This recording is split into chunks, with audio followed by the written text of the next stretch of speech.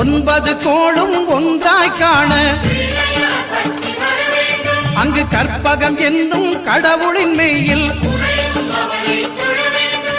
சூரியன் முதலாய் 9 கிரகமும் பலவித குணங்களை கொண்டிருக்கும் எங்கள் கற்பக தருவில் அவை வரும்போது ஒன்றாய் சேர்ந்து பலனளிக்கும்.